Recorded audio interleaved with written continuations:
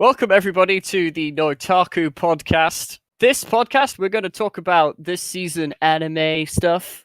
Wait, so not the Sonic live-action movie? Oh, Hugh, I was waiting. I was giving it a bit longer. I was giving. Congratulations, everyone. We've had our first Sonic live-action joke. We got it out of the way. Well done. Congratulations. Well done. Thank you. And we successfully dated the podcast at the same time. Oh, I'm Itadakimasu. sorry. I'm sorry. Did the spring 2019 podcast not need dating, I was Joe? gonna say, We're talking about the seasonal anime that's currently airing. Dude, I'm gonna date this further. Notre Dame burned down 2 weeks ago. There we go. Is that dated enough for you? listen, right, France hasn't made any anime since Daft Punk. Shut the fuck up. Alastair, what are we talking about if they haven't already guessed? Yeah, well, it's in the title. We're talking about the anime. Oh my! Mate, our viewers can't read. This new Dom Alastair taking over our I mean, to be fair, if you look at the descriptions, you'll find all our opinions anyway. We're just going to sit in silence for 2 hours. and you're gonna listen and you're gonna like it because Alastair tells you to. Absolutely. Oh, for God's sake. We're talking about the anime that's currently airing this season and our thoughts on it, generally and specifically. So would people like to introduce themselves? I'm Ben. I'm the podcast equivalent of Lewis. Excellent. You'll like this then. Right, my name is Lewis. I'm the podcast equivalent of this noise. And All right, cool. You're going to do another one, mate, because that is getting removed in post. No, I think not. Hugh, please just bleep the whole thing and then just go likely to get removed in post. So I'm Hugh. I'm the podcast equivalent of this current anime series in that I'm worse than what came before me. you're making fun Huey. of your own jokes, you stupid Huey, the dick. worst thing is that what came before you was so bad it was omitted. Yeah, I was going to say, so bad I had to download the bleep noise in order to get rid of it. Hi, I'm Joe, and I'm the podcast equivalent of this season's comment section. Full of endgame spoilers and completely irrelevant, really. Oh, I like that one. Do you remember that bit where Rocket Raccoon had a sex scene with Thanos for 45 minutes? Man, I really loved that bit where Ned Stark came back to life and climbed into Thanos' anus. Ned Stark. I love the concept of Sean Bean appearing in Endgame and going, what the hell am I doing? Seeing Beam will be saved for later on. And who the fuck are you, mysterious host, who chains us to this mortal realm? I am Alastair. I'm the host of this podcast, and I'm also the podcast equivalent of the guy who's one of his favorite shows this season he can't really talk about in the podcast because it's a show about sexy teachers doing sexy things. That's just you. That That's just you.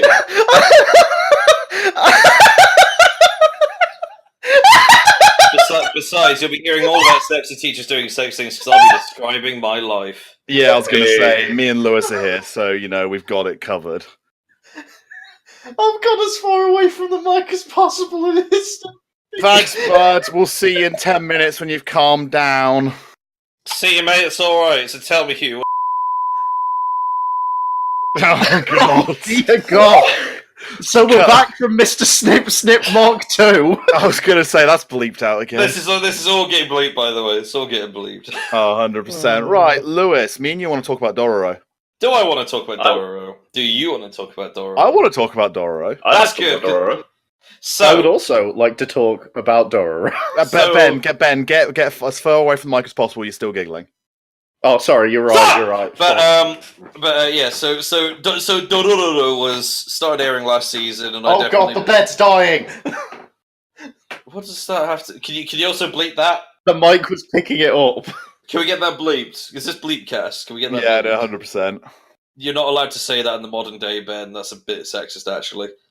Oh, you're right. Sorry, I'm offending the people that identify as beds. Yeah, sorry, Kate. Can we get back on topic, please? No. Yes, God, we're already off. Right, so Dororo started airing last season, and I definitely think it's one of the best anime that's going to come out this year. I'm already very impressed with it. I've shown it to Joe, so I've already seen it twice. We had a very good time watching it. It definitely characterizes itself as something I'll enjoy because a sad bit happened in it, and I didn't want it to happen. I'm usually reveling in that shit. But the thing that I want to talk about today with Dororo very quickly is the fact that another show last season, which if viewer or / listener, you listened to the previous podcast, we talked about anime airing and talked about The Promised Never Ever Everland. And I said that was quite good as well. Well, it turns out Never Ever Everland was a lying piece of shit. No, mate. If I'm pretty sure in the last podcast we discussed the fact that Promise Never Ever Everland kind of shat the bed a little bit. Yeah. It's a piece of shit. It was on its way out. Its fucking money. I didn't like it toward the end. It ruined it for me, because the pacing got shot. We may as well end at episode 4. But anyway, the point that I wanted to get across with it is the fact that both of these are slaves to the modern day 12-episode anime season. And where Dororo apparently has managed to adapt material that is quite old into something that's new and modern, and has managed to pace itself quite well to a 12-episode structure. Meanwhile, Promise Never Everland shot itself in the asshole, and neither of these things are particularly famous enough to do a Devilman Crybaby, where it ends on 10, or where it does something like, say, JoJo's, where JoJo's ends when it ends. Neither of these are popular enough to get away from it. And I just thought it was interesting that you can see both of them got away from it. And I genuinely think that the common link between what makes it good and what makes it adaptable is the fact that Dororo was written in the 60s. And so I think enough time has passed that the collective consciousness about it has just kind of disappeared. Which means that consequently you can get away with having a 12-episode season by messing around with the story because no one really cares. Never Everland is, I believe, still being published, and so consequently people still give a shit. It's like one of the top 3 Shonen Jump mangas, so like the problem is it's getting a second series because it was really popular. And like you say, people kind of are a bit on it. I think this is one of the big problems. Because they need to see everything adapted, and we even saw that in Goblin Slayer last year, where Goblin Slayer messed around the order of it, and I dare say that, I can't remember who it was talking about at the time, but Joel, they're a bit... Yeah, I think it was me, I think. Well, it was you, Joe, and it's like you're a myth that they're missing an arc, but they're actually shuffling it around. And in hindsight, that's good. But the fact that you've got a community that is so on the ball with how you're adapting that you can notice an episode order, that just strikes me that it's maybe hurting potential adaptations in the future. Happily, this does mean we're due a good Berserk adaptation in the 22nd century. Which would be nice. I will also say, like, the anime community do have, like, a bit of a tendency to overblow problems. Like it's something we're going to get on with when we get on to One Punch Man, but like if something minor turns up that the anime community don't like, that is now the devil incarnate. So it's like this is a major issue that anime has. The thing is, it's very off-putting as well, because you watch it and it's like, then you watch the show and you're waiting out for it, and you kind of just sit there, and me most of the time I'm like, is that it? Is that the big thing that we're all and I have one that's like a point of this that we will also get onto later that could be discussed with that, but it's just I think it's completely ridiculous the way that things are blown out of proportion so much with this community in particular. And I'm not sure why that is and why it's always got to latch on to this one thing to have that sort of hatred towards something, or that, oh, this is trash because this thing happens. And it's like, it was just one bad thing. And I don't know, it just feels like the anime in general gets judged for that, while other things... They get up in their arse about it, because I think it's because, unlike cinema, which is a lot harder to judge this way, it's very easy to judge anime based on technical fidelity as well as creative fidelity. Whereas something like a creative television show, you might not care as much about its technical fidelity at all. There's some very good TV shows which are just people in a room. And that's perfectly fine. I mean, most really good sitcoms. Yeah, it's just people in a room. That's not technically, that's not innovative in any way. It's not even particularly well executed, but it's creatively very good. One other thing that I think Dororo definitely had going for it as well is that it reminded me a lot of Cowboy Bebop, weirdly, where Cowboy Bebop literally had Monster of the Week every week, and then episode 5 you got Battle of Fallen Angels, and then episode 11 you've got the next bit where you see Vicious again. Yeah, Vicious is only in 5 episodes. Yeah, and he doesn't need to be anymore. That's the point. Yeah, and he's just and the main plot is like a thread which occasionally appears to let you know that you're going somewhere. And I feel Dororo does that, where it is literally Monster of the Week every week, and then occasionally you'll hear about Dororo's dad. And I know this is a really weird one, but I think this could almost be successful in something like Berserk, which is very based on its technical fidelity as much as based on its creative fidelity. Let's be honest, Berserk is not terribly creative in comparison to other pieces of art.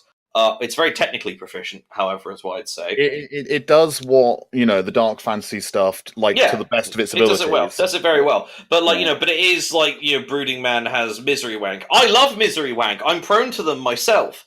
But at the same time, I do wonder if it would actually do quite well, because the Golden Age arc, wasn't Monster of the Week, but it was very creatively strong, and I'd argue technically strong, not in an animation point of view, but every other way. I mean, it wasn't Monster of the Week, but it was certainly just Battle of the Week, and then occasionally real plot. So you're not wrong. And then occasionally the Baylor just appeared, and then you got an idea of, oh fuck, something's happening. And I wonder, Zod. Yeah, and then I wonder if it would be better if it was just, exactly. And I wonder if you wouldn't find a better Berserk adaptation if, rather than going for the minute by minute, you tried to do a bit more Monster of the Week and then have the overarching plot elsewhere. On the other hand, that's not going to be possible for another 50 years because everyone has got too much of a memory for Berserk, which means the moment it goes a bit off the rails, everyone's going to lose their shit. Yeah. It's the downside to having a show like that in such recent memory is it'll always be tied back and linked to that show in your memory. And there's another one on this season that has that exact same thing where it's the remake of Fruits Basket has been long enough ago that people have forgot about that, and now they can come back and do a new remake with things. Whereas if they'd have tried something like that, if they tried another Berserk a few years ago, then they may not have had the same success. I mean, they did try the new Berserk a few years ago. They did. They did try one 3 or 4 years ago now. Well, I meant 3 years. I know you mean. No. We know what you mean. I'll also say that this problem's only going to get worse because the anime community is being conditioned to have a short memory. Yeah, season anime's a thing. Yeah. Yes, 24 episode series are becoming more rare and more rare, and it's becoming that it's bit. It's no longer where... standard. Well, the thing is, it's becoming difficult to keep up with series that are like that because you'll be having so much other things thrown in your face, and the new shiny thing is more appealing than the thing that you've been keeping with for 10, 12 weeks, and you're like, oh, it's the same thing, and then suddenly it's like, ooh, shiny new toy, I'll go over and play with this, and then suddenly you're dropping off from this series you've been watching for that long. See, I don't actually think that, they are becoming rarer, but not to a huge degree. What I think, it's just the terminology that's changed, because we get a 12-episode series immediately followed by a season 2 of another 12 episodes. They've just changed the naming of it. Because we've seen that with, there's 3 series at the moment, I think, on that are in their quote-unquote second season, immediately following their first season with no break. It's interesting in a way that this is actually because anime's gotten more mainstream. Because the more mainstream it's gotten, the more it's getting conventional television slots in Tokyo, which means it naturally fits into the 4 seasonal television structure, where you've got 52 weeks in a year. So that's 4 12-week seasons with 4 gaps in between for an off week. Yeah. And it's interesting that the more what's the word I'm looking? More mainstream, basically. Yeah, the more mainstream it's getting, then the more this is going to occur. It's just interesting to see that's happened. Going from a good adaptation of a show, then should we move on to a bad adaptation of a show, or at least a show that is an adaptation and is bad? A show adaptation of a bad. Yeah, a show adaptation of a bad. What is this show adaptation of a bad, Hugh? So Shield Hero walked up to a cliff, screamed, "I'm going to be the next great isekai," and then got punched in the back of the head and fell on the rocks. Yes, I'm imagining the Simpsons off the cliff scene with Homer jumping the gorge. It's even probably going to die. It's not even going to be graceful like Black Clover and just refuse to die. Yeah, it just persists.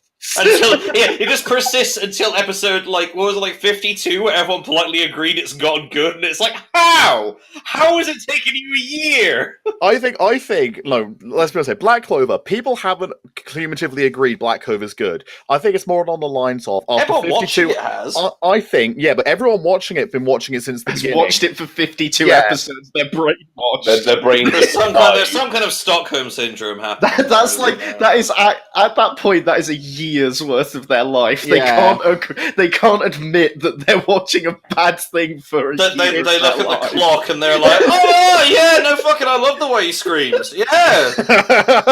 Dude, I love the fact that he's still in love with that nun. Oh god, Shield Hero's awful now. It really is. It's so why are we still watching it, Hugh? I don't, because I quite enjoy watching it fall over every episode. Literally, I tweeted a tweet. I tweeted a picture to a load of people in this chat where I'm like, they are desperately trying to make it like cool and hip and intimidating. And the party is made up of an angry man, a fat bird, and a raccoon. Why? I don't get why all his party have to be little girls. I don't they literally, I know, fetishes. To be fair, Ben, it's had his cake and eaten it too. They turned around and went, here's lollies. And everyone went, oh, there's lollies, you can't sexualise them, and they grow older. Shit, you had your cake and eaten it too. Yeah, and then the other one is just like, oh, here's a lolly. Oh, that's a bit of a lolly. Don't worry, I'm bird.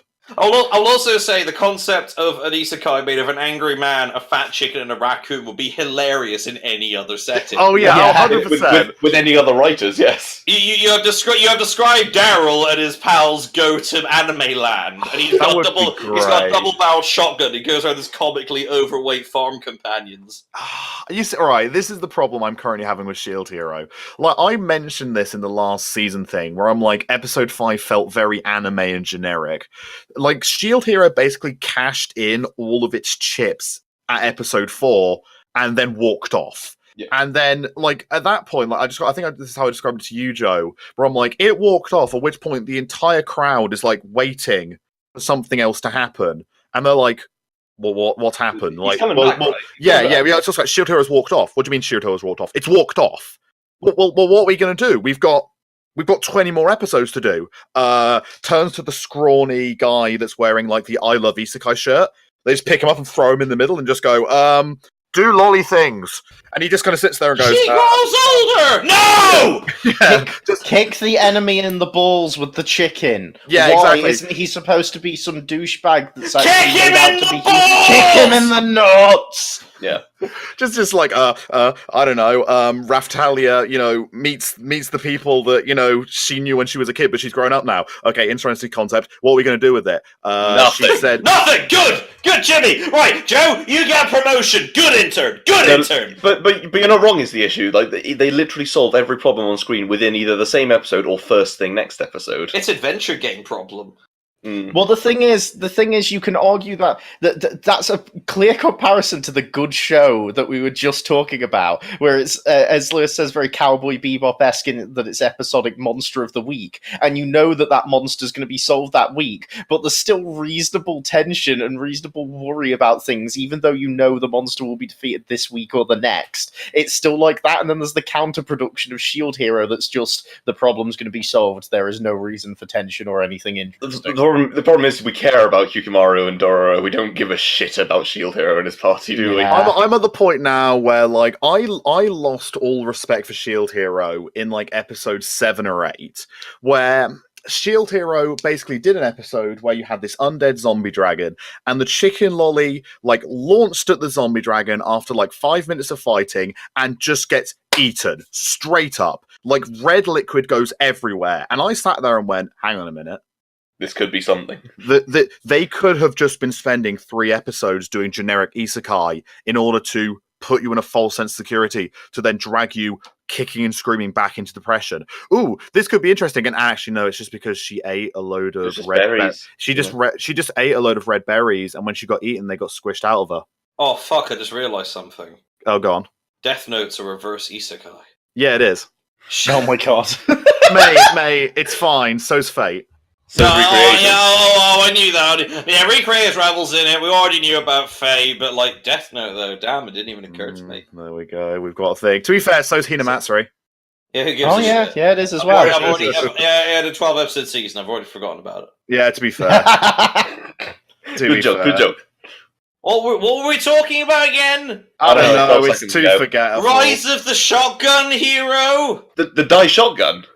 Yo, God, yeah, Die Shotgun, the anime concert with the hero who's got a double-barrel shotgun and a pump-action shotgun. That's essentially as far as I got. Dude, it's Italian But it was all we needed, Lewis. Yeah, that is essentially as far as I got with the concept. Italian Spider-Man.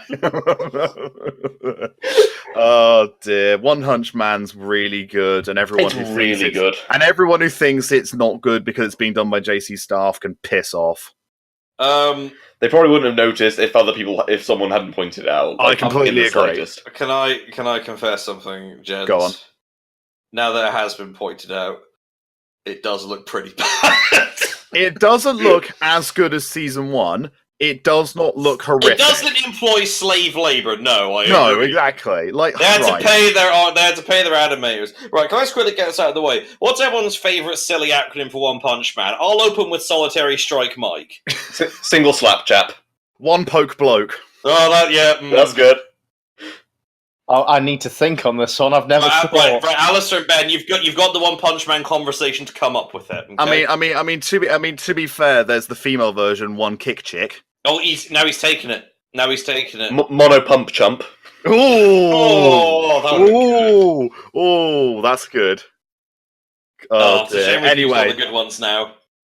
I can't even be asked. Alastair, you're the podcast host. You have to be asked. Alastair, if you don't think of this, I'm cutting your Isekai corner. So, right, tell Alastair, do you want me to enlighten you about the story behind One Punch Man's animators? I mean, the fact that One Punch Man season 1 was basically them going, "Hey, you want to work on One Punch Man season 1?" to a bunch of Joe, for the love of all that is holy.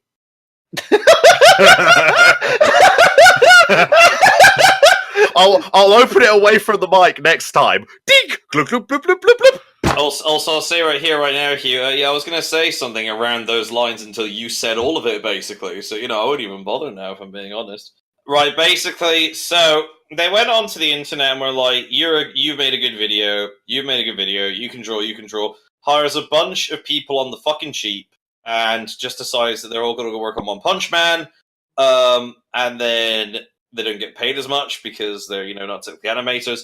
Then One Punch Man gets popular and they probably demanded money, like the fucking assholes that they are, and then they have to pay their animators, which means now it doesn't look as good.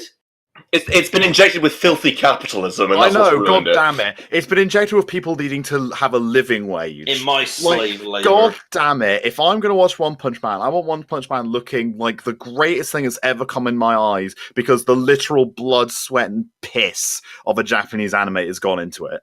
I'm also not going to be funny. Like, when I finished One Punch Man season 1, which I did very happily, I was tempted to read the manga, and I was like, I'll wait for the second season. Now the second season's here, I forgot that Lord Boros was a really effective ending. This is just a bit wank. Well, I think the thing is, like, Lord Boros was, like, a really good, like, high point.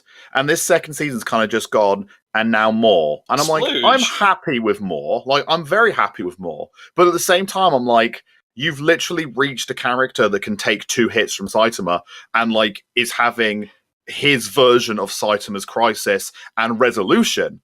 So, we need to go above that, and we're not kind of going above that at all. No. It is unfortunately a very simple concept with the show, isn't it? It is, and it was never going to last, and I fear that my mileage ended with its logical conclusion at Lord Boros, if I'm being honest. I've watched it, but, like, I could not tell you anything that happened over the last episode apart from Single Strike Mike slaps fucking Silver Fang student into the floor. That's all I could tell you. You know what's even better, mate? That's not even the last episode. Yeah. I couldn't. Like, that's even better.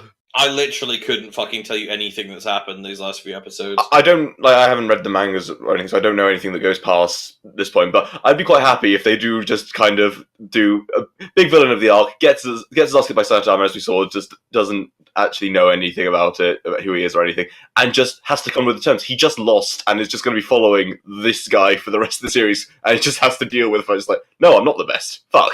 What am I going to do now? Unfortunately, that would require a brain cell. You see, I enjoy One Punch Man. I enjoy One Punch Man. I still really enjoy like One Punch Man Season 2. I do. I will admit that I'm enjoying it. I don't care about the animation. I still think it looks good.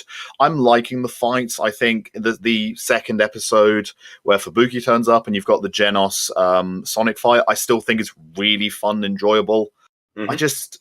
It's not as good as the first season, but then again, the first season's a really excellent piece of animation, and show that it was a milestone for the anime community, I'd say. Yeah, it was the most popular thing in anime. Like, it was one of the most popular 3 things in anime the last 10 years, between that, Sword Art Online, and Attack on Titan. I definitely don't remember the last time where I remember the community being excited for a new episode coming out.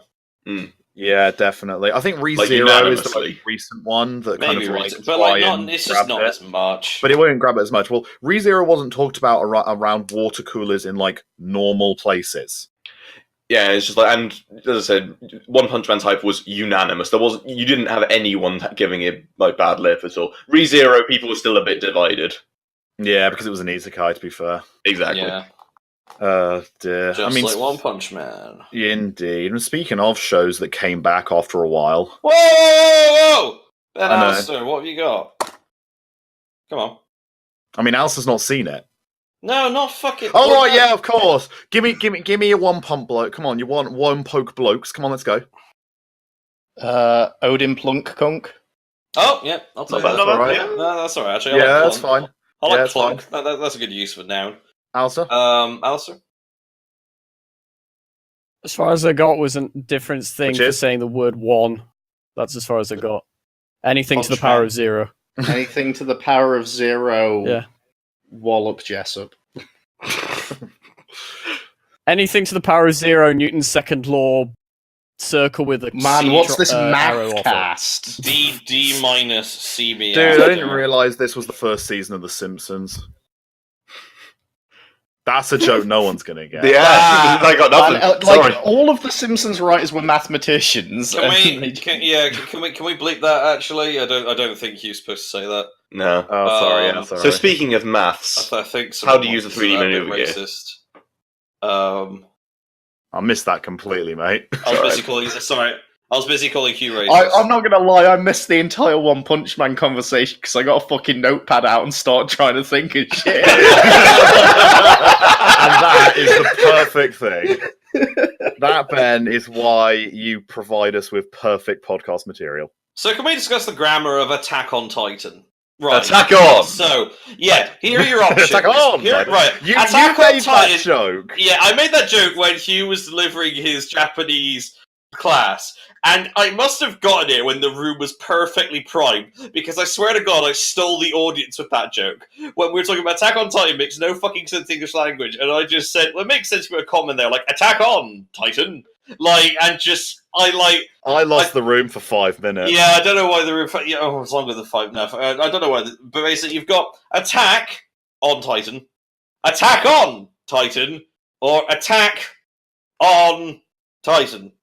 I think only Attack on Titan. Look, it doesn't make any sense, and I think that's half the point. I think they literally were just like, what does it mean? What does, Attack on Titan's Japanese mean? Well, it's Shingeki no Kyojin. What does that mean? Advancing Giants. Well, that doesn't sound very good. Call it Attack on Titan, sod it.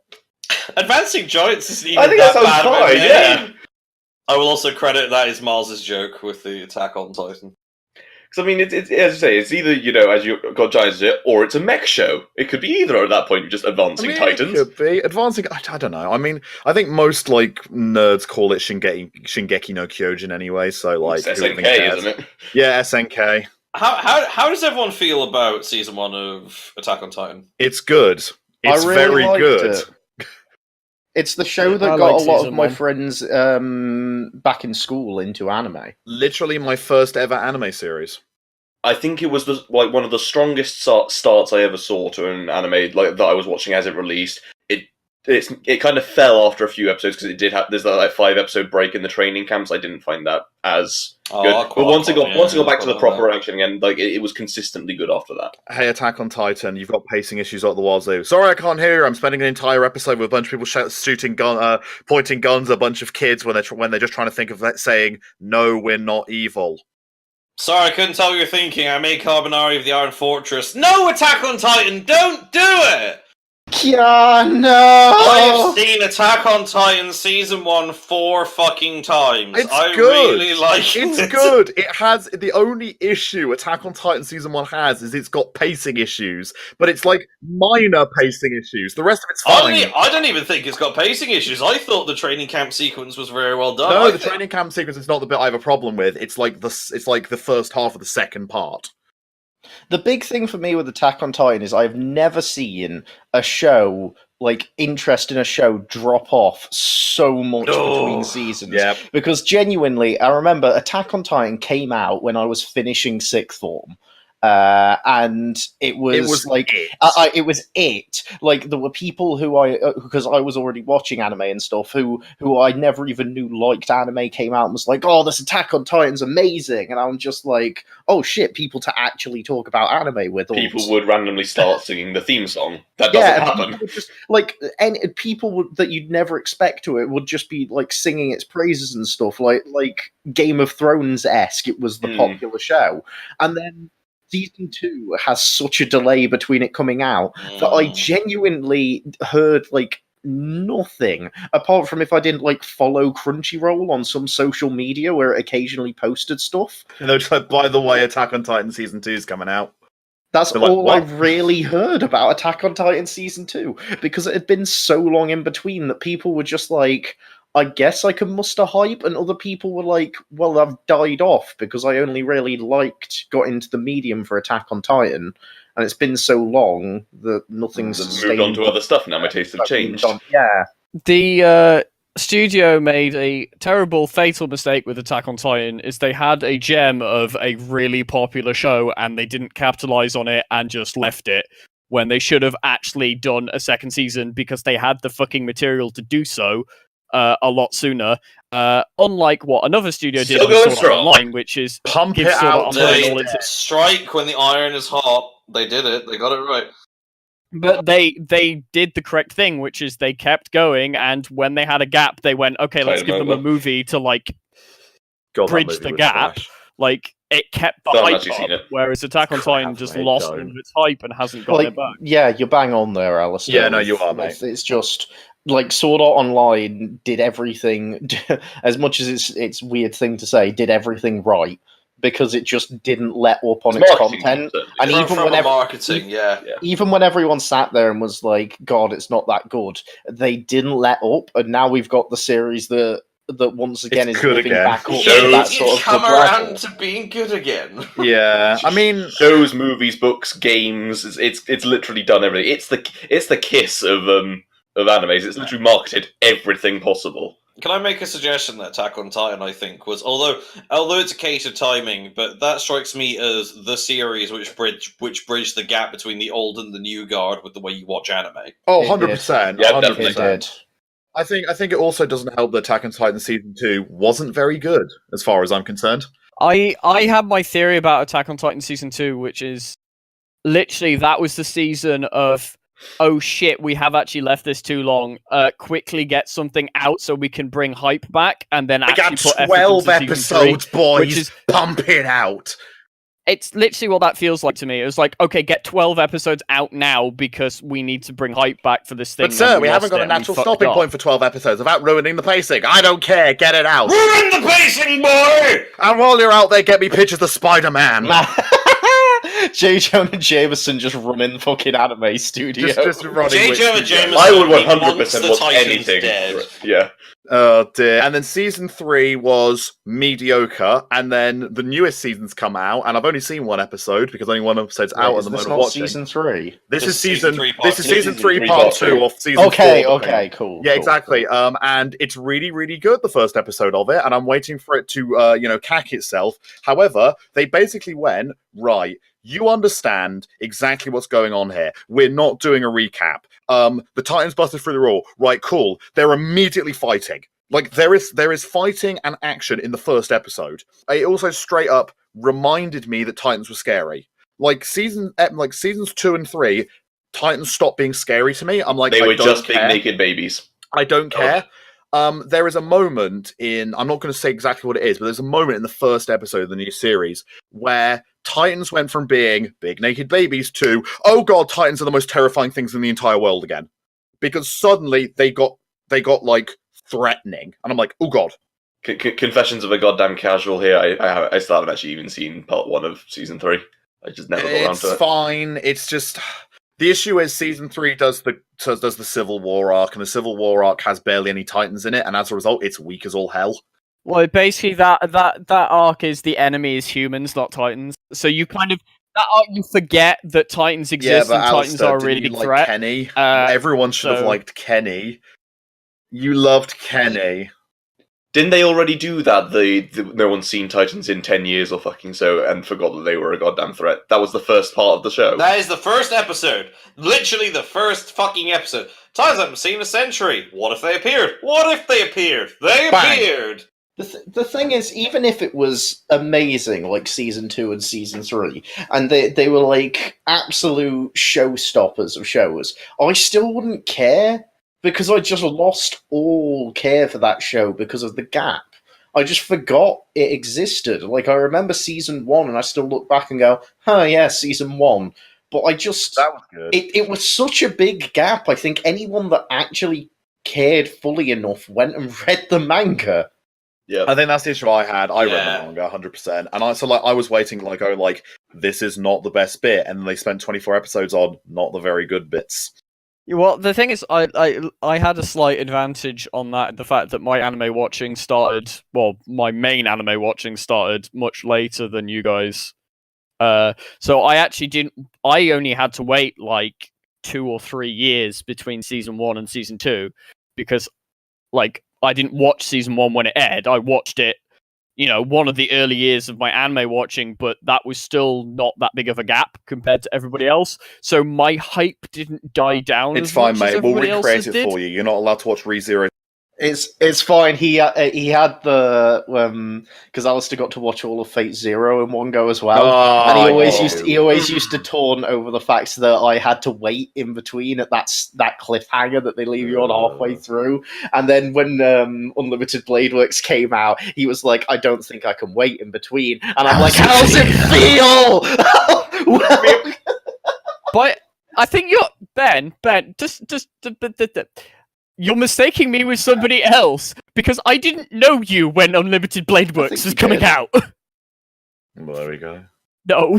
Ah, shit. Unlimited Blade Works came out in 2015. I'm mistaking Alastair for all the other Gen Zs I know. I'm not gonna lie, mate. They didn't come out. Besides which, it doesn't even matter, because now Alastair just pays to get his Fate early, so it's fine. That's true. Can I make a confession? Now Joe's made a confession. Can I make a confession? Yes, we found it. That thing. His dark soul. Yeah. Okay, sorry, can we get that bleeped? Yeah, sorry. Ben, you can't say that on... everyone knows we don't have souls. There we go. Oh, that's been bleeped as well. We're going to bleep it. Sorry. Right, no, here's my confession. I like this running gag. So seasons 2 and 3 of Attack on Titan, I prefer Cabaneri of the Iron Fortress almost infinitely to them. I still need to watch Carbonara of the Iron. I like Cabaneri of the Iron Fortress a lot. I think the final episode sucks, but I think the rest of it's excellent. I like Cabaneri up until the bit where I stopped watching, which is where Bieber gets introduced. Yeah, because you do have your like hatred for single moments in animes. I will admit. To be fair, if I was going to pick a moment, well, yeah, if it does something to piss me off, I just stop watching. It would be Bieber. Again, I'm the sort of person that didn't care about Bieber as a villain. I'm like, he's fine.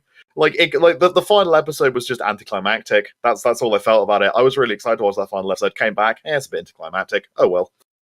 Also, Attack on Titan's a really good exploration of fascism. I don't know if that's clever or if the guy's just a Nazi, but it's a really good exploration of the concepts behind fascism. I just think you like fascism a bit too much, Lewis. That's all it is, really. I mean, you do love Nazi wizards. You do love Nazi wizards. No. Right, I like Nazi wizards, but my thing is, how the narratively, I'd like to point out, not politically. Can't make one No. That's a bleeping. Well, that's a bleeping. Well, the thing is, because about Nazi wizards on your podcast. That's a bleeping. Well, no, because the Nazi type guys are the enemies in the second whatever season of Attack on Titan. Aye. The actual protagonists of Attack on Titan live in a perfect fascist system.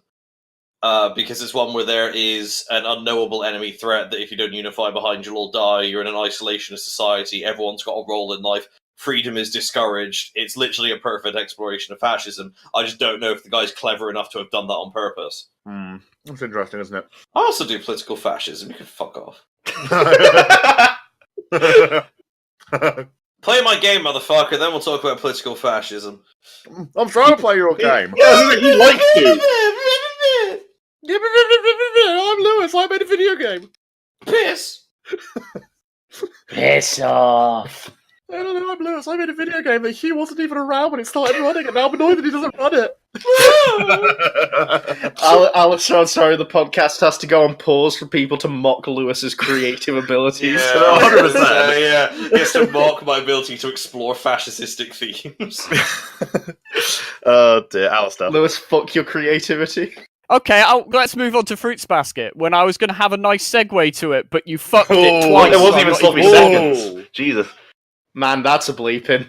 So I assume that this is like an agrarian sort of like, you know, a bunch of orange farmers get together, you know, decide that they're going to work together in the community. Presumably there's some horse fucking. Mate, it's about the brilliant new invention in the world that's like revolutionized humanity, technology, advanced them much further than they could ever get. The electronic It's a basket made of fruit. A fruit basket. You can carry things in it, and also if you're hungry, it's a healthy snack. Yeah, but if you put fruit in it, then actually, it then your basket gets bigger, and you're just. Well, I mean, it gets smaller technically. Well, the carrying space goes down. That fucked my brain for a second. I was like, whoa. Oh dear. This show is the remake of the original Fruits Basket, which is essentially as if Fruits Basket got the So Full it's Alchemist Brotherhood treatment. Is Fruit essentially Basket what it's alcohol. getting. For God's sake. it's fruit basket alcohol. It's Fruits Basket Brotherhood. So, for those of us who have no idea what it actually is from the source material or the new one, what is Fruits Basket, Alastair? Mate, I didn't even realise what this thing was. You cannot have from the title, you cannot predict this thing. That's why I'm asking. Ben, do you want to describe this, considering you probably know more about Fruits Basket than I do? Mm-hmm.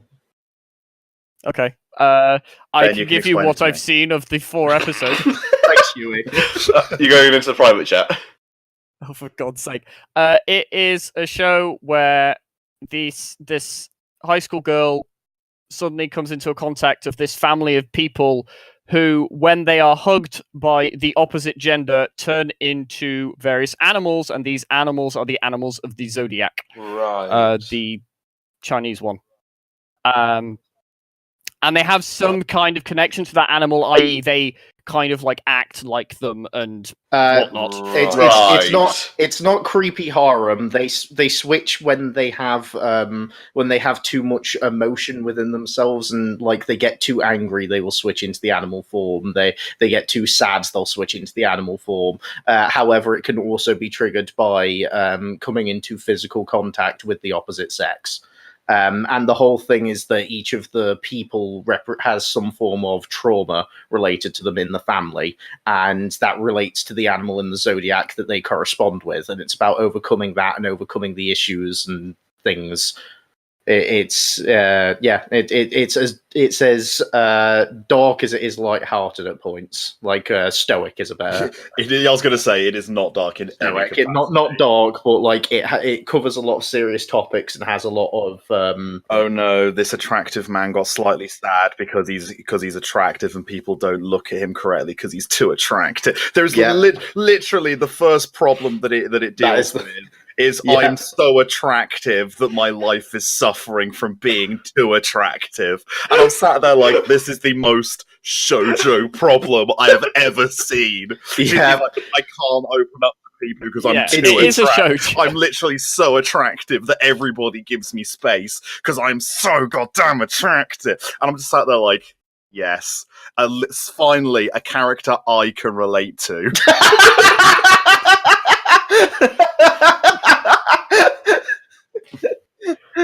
Fair enough. Did you not see that joke coming? No. It's a very good show, and it mixes a lot of different tones, as I say, within it, which makes for quite entertaining watching. Because like that problem is not a serious problem at all, and is God no. Just I would have slapped him and told him to get on with it. Exactly, but it's such a good introduction to the whole thing, and then see, I'm intrigued as to how they're going to handle it because the previous adaptation didn't do the whole manga. despite the fact the manga had finished. It got so far through, and then it rounded it off in a conclusion that would have been a satisfying that was a satisfying ending, but alludes to the fact that not all the problems are solved. There's more to do. And it left it like that because they knew they weren't going to continue it anymore. So I was really surprised when I saw they were doing a Full Metal Alchemist with this, and they were just starting it from the ground up. And in fact, I was even asking, like, Alastair and Hugh, is this continuing from where the previous one finished, or is this... the first time I've watched it. I've never watched the original. No, it was Alastair, I think, then I was talking to about it, because I was just like... Last podcast. Is it... Oh, yeah, well, all right then. Yeah, it's basically, from what I've heard, and you can tell by the way the title sequence works, because the title sequence literally says Fruits Basket Season 1. In it is a full remake from beginning, and it will cover the entire manga. Yeah, I'm glad. I'm quite enjoying it. So, which is what a lot of Fruits Basket fans have been asking for this for years. The same with like people... with like Full Metal Alchemist fans were asking for a Brotherhood. People have been asking for this to happen with Fruits Basket. I'd say it's enjoyable in the same respect that like a good shoujo is enjoyable. It's light-hearted, it's very calm, it doesn't have the biggest problems in the entire world, but when a problem comes up, they deal with it in a relatively nice and calm way. It has some kind of good character interactions. Like, that's what Fruit Baskets is good at. It's having some very good character interactions. Like, that doesn't just, shove it in your face. I like all the characters so far, even Mr. Attractive and other Mr. Attractive and third Mr. Attractive. And all the 8 Mr. Attractives. Yeah, there will be more Mr. Attractives as they eventually turn up. I mean, everyone's favourite, the girl that turned up in the most recent episode and beat the crap out of the guy. Oh, I was just expecting it to be just when you said they were a family. I thought it was just going to be 12 people all in one family immediately from the start. I was just like, oh, big family. No, they don't all turn. They don't all turn up at the start. No. So you don't. You're not immediately hit with the entire Zodiac episode at the start. 5, I think, or episode 4. So they're doing like one an episode, which is fine, honestly. There was another show that did one of the Zodiac per episode that was awful. Yeah, I was going to say, and that shot itself directly in the head halfway through. God knows who he's seen why. Hugh, Hello. I've got a joke, but it's at your expense. You're alright if I go for it? Mate, my entire life is at my expense. That's alright. So we say that we mentioned this in the previous podcast, yeah? Yeah. What was that podcast again? It was the random cast that we did. Oh, yeah. Sorry, the last one you didn't lose. Sorry. Yeah,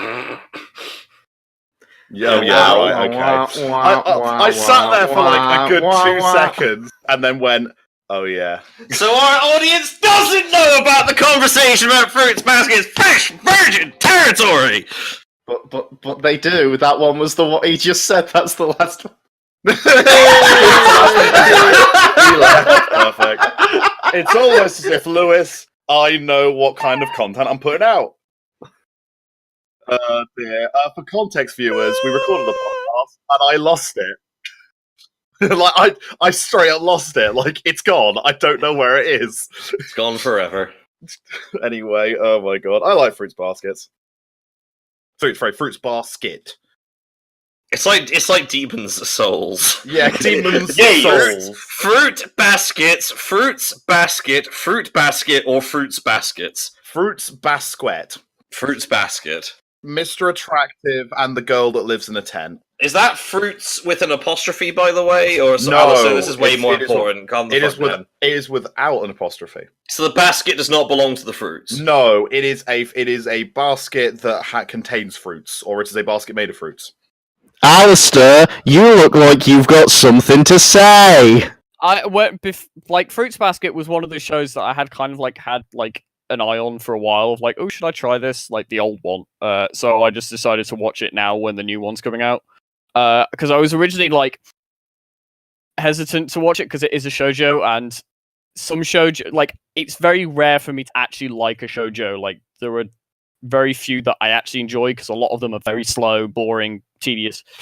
But this one I have to say I am enjoying, so Alastair, yeah. Question. What is your quintessential quintuplets of this season? I was going I don't have one. because last season, quintessential quintuplets was the show that you were like, I'm liking this, even though like it's not kind of like your typical like good show, if you know what I mean. And like me and you kind of actually agreed on it. Hex essential hentai. Yeah, basically. Yeah. I like there isn't the thing is like this is the thing that I kind of worked out for this entire season. A lot of the shows, like there are shows that I'm enjoying, but there's no show that has grabbed me to the point of like I want to just absorb everything about this show into me. I like with last season, there's a bunch of shows that I watched where after they finished, I went away and read the manga and all of that stuff, and I started buying the manga and soundtracks and whatnot. Whereas this season, nothing has grabbed me to that extent at all. There are stuff that I'm watching because I'm enjoying it, but like nothing's like nothing will give a second glance to. This is a question for both Ben and Alastair then. How does this season of Fruits Basket compare to the original? Much better. I haven't seen the originals, so I can't help you on that. I thought I saw like the first 2 episodes, so by the time we got to episode 3 of the new one, I'd already gone how past does it compare then? I think as far as I can tell, the new one definitely looks a lot better, obviously because it's newer. It also looks less moe. The original one is a lot more moe. Art style was. The thing that's also really interesting, and I'm going to quickly talk about dubs here. The dub cast is identical, which is interesting in the sense that you've got the same cast. So this cast knows these characters already because they've played them, but they've also had several years of experience of like doing other shows and like learning on the job. So the voice acting and the dub is a lot better because of course they're a lot more experienced and it's the same cast. So that's good. I don't know about the sub, but sub's good. I'm assuming I like the sub. Yeah, the sub is good. Sub's good. Only reason I'm watching the dub is because Funimation are actually same day dubbing it. So it's not even like it's 2 weeks delayed. It's like actually on the same day that it's released in Japan, it's released in English as well. They are getting very good at that aren't they? They're doing it with about 3 shows. Yeah, it's one of the this bonuses season. I find with Netflix releases is you tend to get, because Netflix tends to drop them all at the same time in true Netflix fashion. Which means you get the dub dropped at the same time as the sub most of the time. So, I think at this point we can move on to the next thing that I can't talk about whatsoever. However, if I believe so correctly, is a show which reminds us that a studio is not perfect. Alright, cool, that's everything. So guys, Fairy gone. No, it was Demon Slayer, you fucking twat, read. I know, I was leading into Demon Slayer there, come on. Yes, I can also see the list. The thing which I like about Demon Slayer is that we say that it's disappointing that Ufotable's not turned up. I mean, it did $4 million worth of charity money tax evasion. Oh god, right. I'm glad we brought this up. That's kind of funny. Oh, I like the fact that when that news came out, I showed that to Lewis. Lewis looked at it and went, well, there goes the next Heavensfield movie. Oh, dear. Demon Slayer's not that bad. It's just a bit boring. Like, Lewis, do you remember the episode where he fought the 2 Ged kids and then he cut the rock? And I was bored the entire time, so I actually fell asleep. Do you remember that time when a confrontation took 15 fucking minutes in episode 1 when the pacing's supposed to be high? Do you remember when his family got murdered and they were all just covered in jam and all their arms intact despite the fact they were supposed to have been eaten? It gave literally no time for you to care about the family in that first episode. And it's so obvious! It's so obvious! The whole time it's so obvious what's going to happen, and then it's like he walks to town and walks back, and it is genuinely about as long as I said to say that sentence, as it took to say that sentence, that you have to care about them. Do you remember when his sister got turned into a man-eating demon? And Except she didn't, and now she's the character that you're supposed to find cute and is doing moe stuff, like sitting in the basket with just her eyes poking out above it, and you're supposed to be like, oh, Nezuko, you're so cute, you'd bite my arm off. Yeah. It's not very good. See, it's stylish as fuck in Ufotable's true fashion, and if you watch, like, if you watch the clips of it Crunchyroll like put out, it's the climactic moments of fights, and it makes you look at it and go, holy fuck, that looks great, or holy shit, that scene is amazing. But that's because you're watching like 1 minute of the 24-minute episode, and it's like, yeah, that 1 minute is amazing and looks amazing, and the rest of the show looks and is animated great because, you know, unlimited budget works is still in place. But the story just isn't all there. Like, it's basic as hell, and that's the problem. It's like, hard to care for the characters. Nothing new. It's basic and it's generic, and hilariously, it's done this before with whatever the fuck that other show was. I've already forgotten the name, despite the fact that Joe reminded me of it. Tales of Zesperia, whatever it was called. No, that's a good anime. Whichever the samurai one. Yeah, that one. That was also generic wank. Yeah, but the it was not samurai really demon virtual. one. So it's like, when it doesn't fucking matter. It actually does. Like, it's just shit. I never saw that one. Ufotable is a good animation studio. Emphasis on the animation. It's good at technical craft. It's not good at creative craft. It needs a good writer to do it. That's why Fate Zero worked so well for it, because they popped Gen Urobuchi directly in front of it and went, go. And he went, Go. okay. And then they followed him. Like, Gen Urobuchi's too busy doing his puppet stuff now to care. Man, Gen Urobuchi's... Didn't you take the piss out of Gen Urobuchi's puppet stuff? No, his puppet stuff's good, and that's the point. When's Gen Urobuchi going to make the Japanese adaptation of Captain Scarlet? I don't know. Oh, that'd be good. Also, an adaptation is something that a species does. An adaptation is something that an anime is done too. This quite literally got pointed out in the comment section of one of our videos by one of actually did! Our adoring viewer, Ben, corrected your stupid fucking No, it was me! No, it was Hugh. me! It was Now Hughes, and it wasn't our regular viewer, it was one of the anime crew. Who is now one of our regular viewers. I was going to say, hello if you're watching. Shit. Put a comment in the section so that we know that you're listening. We won't read it, but we'll know. Oh, we read it. But it's not our special regular viewer. No, hi to you too as well. Please put the comment in the comment section below and say hi, Hugh, to know that you're watching. Yeah, it's just a bit shit. Please don't.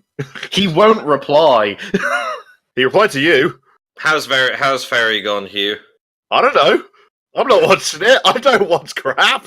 How's Fairy gone, Joe? I have no idea. How's Fairy gone, Alastair? How's Fairy gone, Ben? How's Fairy gone, Lewis? God damn it. Oh, How's Fairy gone, Craig? Oh, for God's sake. Hush, Thanks, Well, Craig. well, Craig anyway, Thank you, Craig. Craig, you can't say that on the podcast. Craig, you can't thanks, say that Craig, on the podcast. back to you. Yeah, can we believe that? Yeah, Craig, sorry. I'm sorry, viewers. I didn't realise he had those views. So Fairy Gone was a show that we mentioned on the last podcast that was uploaded, I think. Looks like it's okay, but shit. Yeah. Yeah, like, stylistically, like, from the poster, it looks really cool, and then you read the description, and you're like, eh? I've watched the first 2 episodes of it, just to have a quick view. Stylistically and visually, it looks cool, like, as the poster does. Like, I like the character designs. I also think it doesn't do itself justice in the sense of the fact that it calls the things fairies is like makes it sounds a bit odd when technically like all the fairies are literally like personas from Persona or stands from JoJo. That's what they are. And they're actually quite cool and don't look like fairies at all. They're quite like, you know, awesome looking. And CG. Yeah, and CG. I can't really comment that much on the story because I've seen 2 episodes and so far I don't quite know where the show's going. In a sense of, I know what one of the main conflicts is of the show, but it's like it's hard to tell from just 2 episodes how good it's gonna be. But it's not mind blowing or anything. I think it's kind of just an enjoyable watch that you might find interesting because of the style of it. But I don't know. What do you think, Ben? You may have seen more of it than I have. A lot because the setting is so interesting to me. are like it's really good setting, and I really like that it's like after a war. These fairies are like, they give you stands basically, and they're being sold on the. Getting bitten by a tiny fairy. You're like, oh shit, Star Platinum. They're being sold on like the black market as well as all fairy. this dark magic stuff. And the mob also uses them, and it's like there's this whole thing where it's like the people that have these stands are being hunted down by essentially the secret police. Because they're not allowed to have them and it's illegal. And then just imagine backy characters with like little fairy wings. Yes, and it's just such an interesting premise and background to things. But dear God, the execution, I don't care, and I just welcome to 95% of anime. That's a good premise. Uh-oh. It's so jank as well. It's like the animation seems stilted and the fight scenes make no sense. Like, they're fighting a woman in the first scene and the girl with the gun does nothing. Then the woman manages to stop, kill two people. Then one guy reloads a gun and from genuinely about 2 feet away, misses all 6 rounds of his revolver as she slowly walks towards him because he's scared. And it's JoJo Part 5. Yeah, I mean, that also happened in JoJo. And yeah, it's JoJo Part 5. But then the main character But then the main character just passes out, at which point she wakes up and it's like, oh yeah, the villain just got away. It is like JoJo!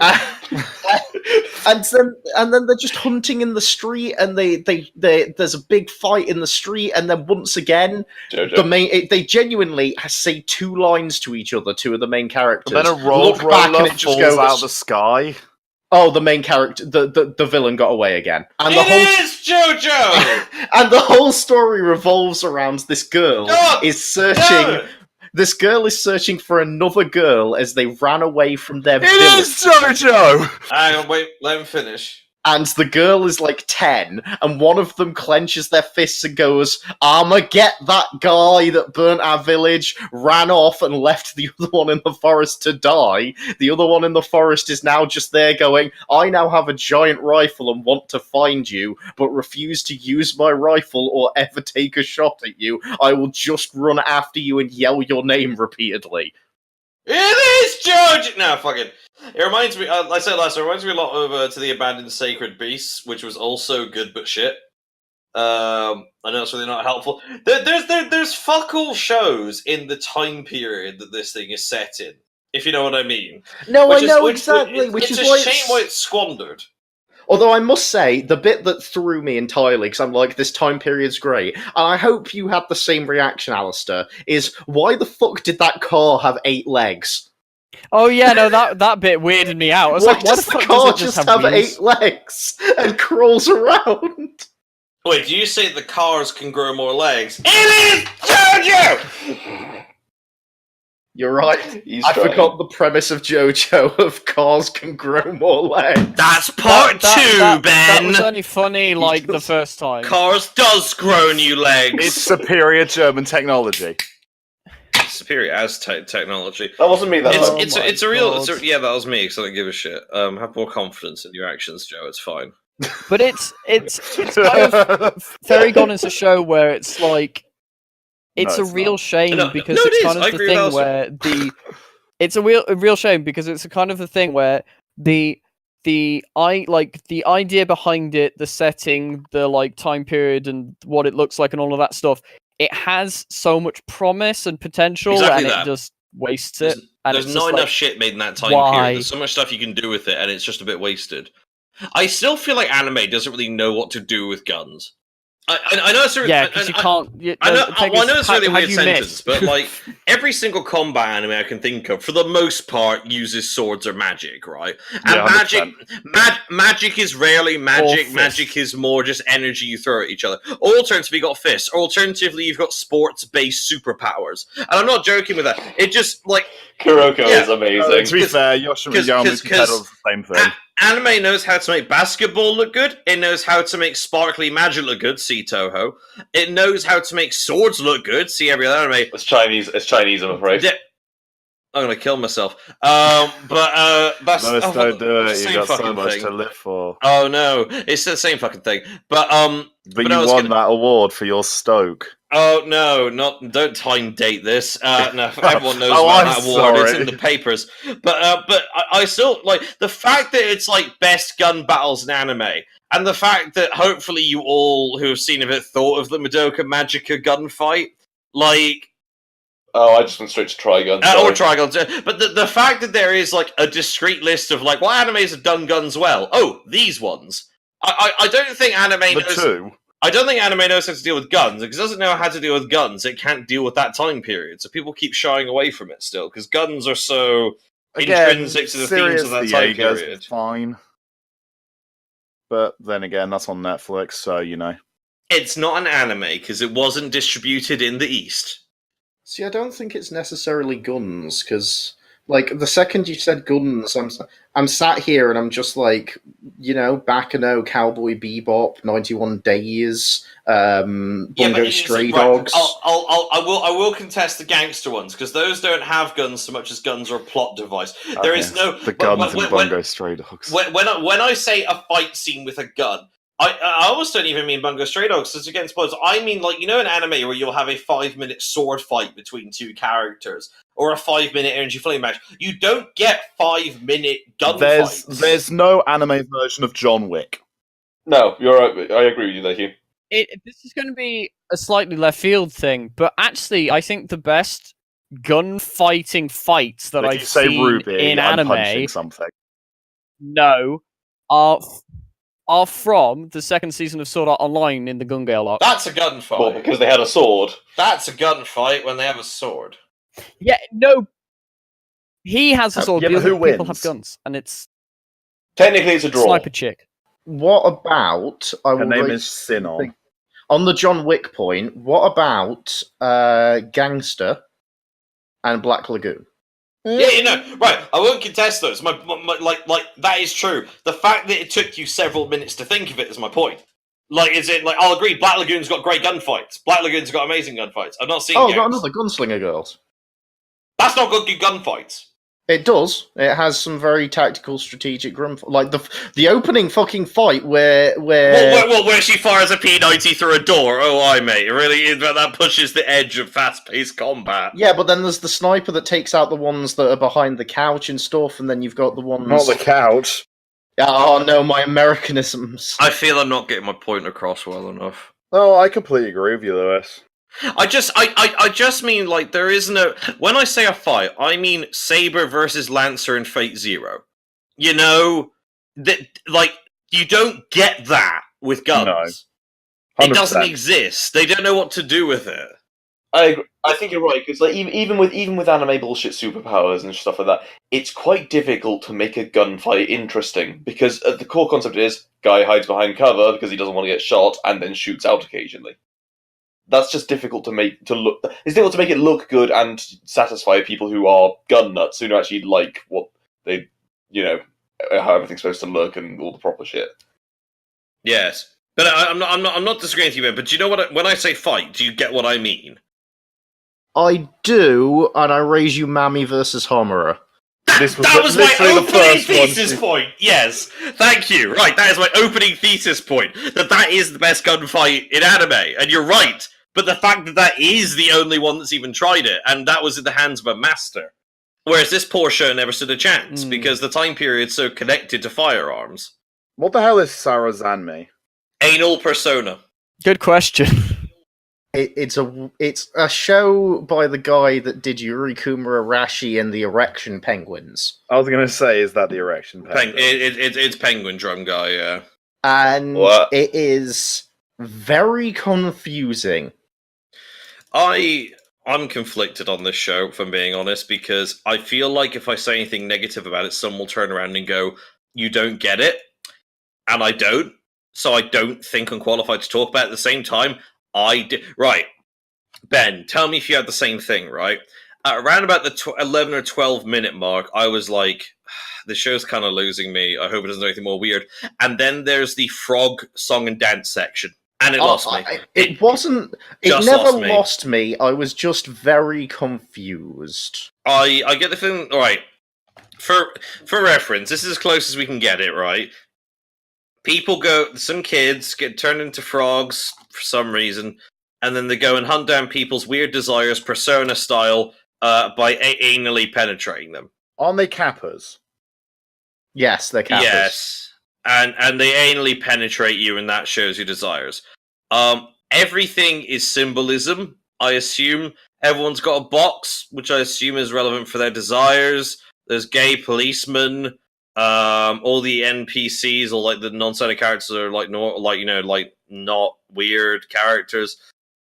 You discover that the main character's got a weird desire, and I again assume that there is some kind of symbolism going on with everything. The problem is it's so symbolic, and I cannot pick it apart. I cannot tell you if it's good or not, only that Ben and I found it confusing. I think that's fair to say, Ben. Can I put words in your mouth there? Yeah, it was very... We found it confusing. It's a show that genuinely I was there, and I'm like, I'm going to rewatch this, because I really feel like I need to know... Like, I feel like I missed something when I was watching the show. It feels artistically significant, but I couldn't tell you why.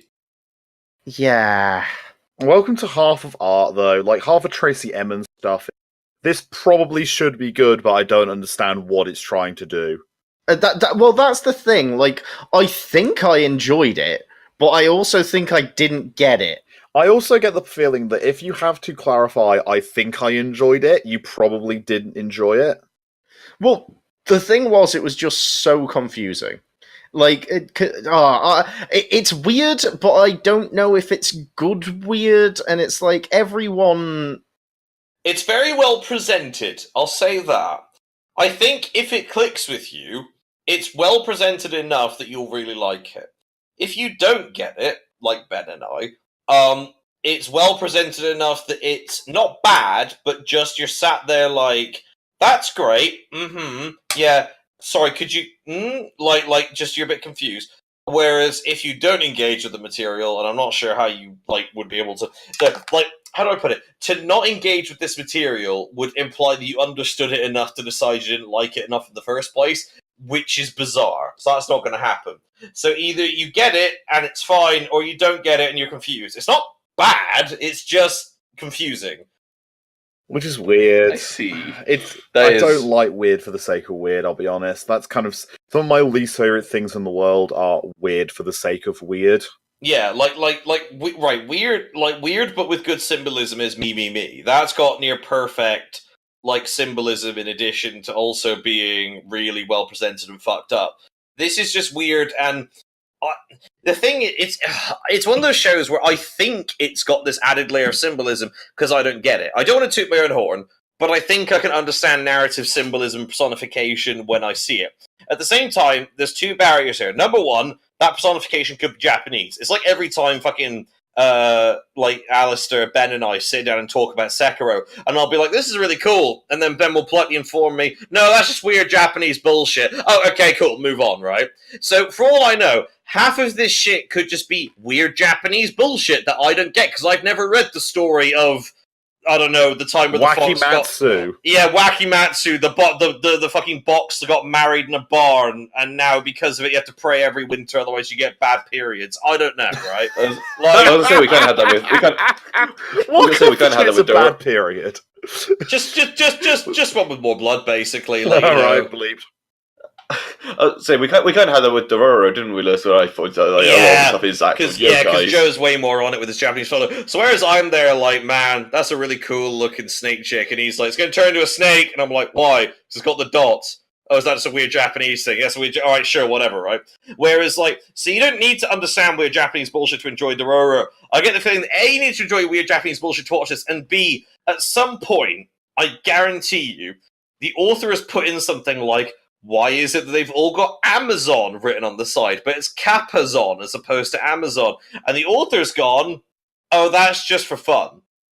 Yeah, then why'd you put it in your highly symbolic anime, you piece of shit? I've been thinking about that for a week! There will be, like, a 20-page, like, breakdown of Kappa-zon somewhere on the internet of why it's a breakdown of, like, Japanese consumerist society. As far as I can tell, it's a breakdown of desire, of human desire. That's far as I've gotten. Because this is the same... It gives me the same feel that I had when I watched Yurikuma Arashi, which was, I'm kind of enjoying this, I also think it's trash, and I can't tell what the fuck is going on with this. But I still sat down every week, like all of like everyone at uni that on my course, that like my close friends there, we'd get together, we'd watch it. Ben, you don't have any other friends apart from us. We'd puzzle over what the fuck was happening that episode and why. And every week we would ask, are we going to bother next week? And we'd eventually come to the conclusion after about 5 minutes of, oh, of course. Why would we stop? That's like me and Shinsekai Yuri, where I'm like, why have the cats got long legs and trying to murder people? They just kind of do. I'm like, fair enough. Wait, what? Do you Shinsekai Yuri? Yeah, Shinsekai Yuri from another world. What long-legged cats? Yeah, exactly. The giant long-legged cats. You mean the cats that are taught to hunt people? Yes. Oh, those ones! Oh, they were just sex cats. That's fine. Yeah, the giant long-legged cats. They're sex cats. They're That's there fine. to hunt you if you get feelings. No, I'm aware what they are, but it's like, why are they... Specifically non-gay feelings. Why are they long, and like, why do they have long legs? Why are they giant? Why are they skulking around? They just kind of are. Fair enough. Sex. But yeah, like, well, the thing is, given that this is this guy's, like, 3rd or 4th show, someone likes this stuff. I don't know who, but someone's liking it. I mean, I'm going to say, I mean, let's be honest here, like M. Night Shyamalan Ding Dong still gets, roles in Hollywood, despite the fact that I don't think anyone actually likes M. Night Shyamalan's shows anymore. So, Not even M. Night Shyamalan. I was going to say, M. Night Shyamalan hates his own shows at this point. I think M. Night Shyamalan's just like, I don't know, we'll get Bruce Willis back, and I don't know, he fights the guy from Glass, I don't know. Whatever the anime equivalent of fucking M. Night Shyamalan is, there we go. But yeah, like, I think that summarized our feelings on it. I mean, Ben, unless you got anything else to add, like, I don't know, man. No, not really in particular. Alright, I'll switch off for the next few minutes then. Alastair, do you want to talk about Isekai? I was going to Alastair, should we play the jingle? So... Play the jingle. The jingle. Insert jingle here. I am... Right. I may be the editor, but I am not making that goddamn jingle. It's fine, I'll Hens have roosters, geese have ganders, everyone else has Alastair's Isekai Corner. We'll just use that if I forget We'll use that one then. So this is we call it a segment. I don't know. Basically, it's a segment because it'll probably be returning each fucking season because there is always a new isekai every season because that's just a thing now. So this is a new segment called Alastair's Isekai Corner because I'm the guy that still watches isekai because I'm a pleb and mate, I'm watching both of them these shows. Don't worry, we're in this together. So we'll start with the one that probably is the one that was most talked about, anticipated, and whatnot of this season, which probably was my most anticipated show, which goes to show how lackluster this season was for me. And that is Isekai Quartet, the show that takes 4 isekai and takes the characters and smashes them all together. And they probably completely bounce away from each other and achieve nothing. It sucks. It's awful. Like, it's so bad. It has one funny joke in the first 2 episodes, and it's not even that funny. Like, the only funny joke is when the class is just going off, and Astolfo just turns to Skeleton Boy, and it's just like, should we just murder them all? And he's just like, nah. And I'm just like, yeah, alright, fuck it. This is apparently a thing we're doing. Right, this is the exact problem that I straight up said about this show. Like, when we had our last one, we're like, what are we looking forward to? like, Isekai Quartet was trying to make fun of 4 shows when 3 of those shows aren't comedies. It doesn't work. It's not funny to watch Overlord, ReZero, and I don't know, the Lolly Hitler one, whose name I completely forget because it's not even that good. Like, it's not funny to watch them be funny because they're just not funny. They're not funny characters. And I'm going to categorically Fair enough. with everything you've just this said. is what I think. I straight up, Let them fight. I don't think it's funny. I just don't get it. I dare say I think you're not the target audience. Yeah, well, here's the problem. No, I'm right, the target okay, so audience. they've targeted an anime directly to people who watch any generic isekai trash. Fantastic. As a result, they've made generic isekai trash. Like, they could have done so much more with this. They've got 4 shows, slam them together, and they've just gone, just put it in a high school. Like, that we'll just reuse the clip art from earlier, like, that we were using for the visual novel, sod it. I'll just sit in a room, and then we'll call darkness a thing, and then our animemes will clap and think it's really funny. And I'm like, I clapped none of this is saw it. funny! Because like Hugh and I actually talked about this before. We were saying it would have been so much better if instead of they just go to the high school world, if they just take it in turns going to each other's worlds, and because then they're so hilariously out of place. That would have been hilarious. It would have been hilarious to watch Ainz like murder the crap out of Subaru, and like the dead body hits the ground, and he's just like, "Oh, thank God." Done with that really annoying guy, and then the door opens and Subaru just walks in and is just like, yeah, so that happened. It's like, and Lolly Hitler's army gets the new recruits of the fucking Floor Guardians from like there's so Overlord, much and they just could have done with completely this. destroy something. It's just not good, mate. It was so lazy. It's so lazy. It's just not funny. Is my issue, and I know I'm in the minority because everyone's watching it and everyone's memeing it on our animemes, but it's just not funny to me. There's so much better comedies. I'm just going to say the thing is, like, yes, I completely disagree with, well, not everything, but the point is, you can't look at this as something, like, yes, it could have been that, but they chose to go this direction for many reasons. One, it's a chibi show. I've never seen a chibi show that has ever done anything near that level, ever. 2, it is literally, obviously this was made as a cheap thing just to like throw out, which is fine. But all I'm getting out of the show, and all I was looking for the show, is I've watched every single one of those shows. I enjoy all 4 of those shows. I love the characters in all 4 of those shows. Yes, I enjoyed Tanya a lot. I did like all the shows. Okay, all right. And like, I enjoyed those characters, and it's just great to just see more of those characters. Their own shows there. And not shove them together in boring and talking comedy. Wait, is Tanya the Evil in it? Yes. Yeah. You know, that well-known comedy show. Is that an isekai? Yes. Yeah, but at the same time, ReZero is not really a comedy show. Yeah, well, this is the problem. Jesus Christ, this is my big problem. But it doesn't, just because their original isn't a comedy show doesn't mean that they can't use the characters in a comedy situation. That's fucking funny! Oh wait, I feel like... Yeah, but Carnival Phantasm sat down and took the basic concepts of it and made it funny. This just kind of goes, hey, remember the fact that Ainz is a skeleton? Ha! To be fair as well, I also got the feeling with Carnival Phantasm there's a studio blowing off steam after making very serious projects, which was great fun, and I really enjoyed it. Sorry, I feel like I really... Never mind. Right, Tanya the Evil's an isekai. I missed that. Right, fuck it. Yeah, anyway, he gets run over by a train in the first episode and blames God. Episode 2 is where they actually do the isekai backstory stuff. Episode 1. Well, that shows how far I got in that series. Yeah. Yes, it does. But yeah, no. Well, the thing is, I'm kind of with Ben on this because Carnival Phantasm, where you can make anything serious and anything funny. As a matter of fact, serious shit makes for even funnier stuff. But they don't do the serious stuff properly. They just shove it in a thing and go, hey, look, it's Konosuba style comedy, but for these serious shows. And I'm like, hey, this isn't working. It is like they have just done lazy writing. They didn't. But that's the thing. You keep saying it's lazy writing and doesn't work. It's not made for you. It's made for like Alastair, and it works for Alastair. So yes, it does work. And I know I'm not alone in enjoying this show. There are plenty of other people who really find this show entertaining and funny. I'm not alone on this. And I do admit that, like, yes, it could have done something different, and it probably could have been something, like, even more hilarious and, like, in a different way.